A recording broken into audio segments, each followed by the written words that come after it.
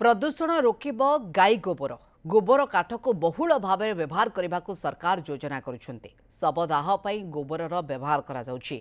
नुआपड़ा चौद्वार अनुगुल और सतीचौरा श्मशान रे गोबर रे शवदाह करा जाउछि। पुरी स्वर्गद्वार रे गोबर काठर व्यवहार नहीं आलोचना होइछि। एहा द्वारा प्रदूषण रोका जाय परिबो। सेबडे गछ भी काटिबा दरकार पड़िबो नाही। एमएसएमई रे 2 जण उद्योगी गोबररु रंग मध्य तयारी करुछन्ति।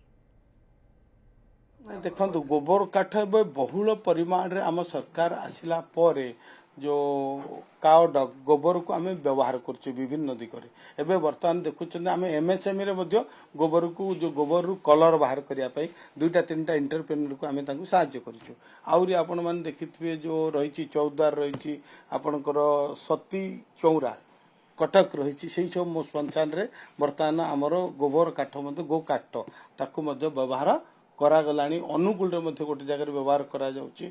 आपणकर एठी नुआपड़ा सेठी मध्य व्यवहार करा जाउची। धीरे धीरे लोक माने ताकू आपणैलेनी जेहेतु से माने जानि पारलेनी जे एमा गोबर काठ द्वारा एकरे परिवेश जो प्रदूषण रो आमे रोकी पारुचे जो वृक्ष आमे माने परिवेश को जंगल परिवेश को नष्ट करुथिले ताहा मध्य आमर संरक्षण रही पारुची एवं कम व्यय रे मध्य हेई पारुची एवं आमर धार्मिक भावना सहित मध्य जड़ित अच्छी।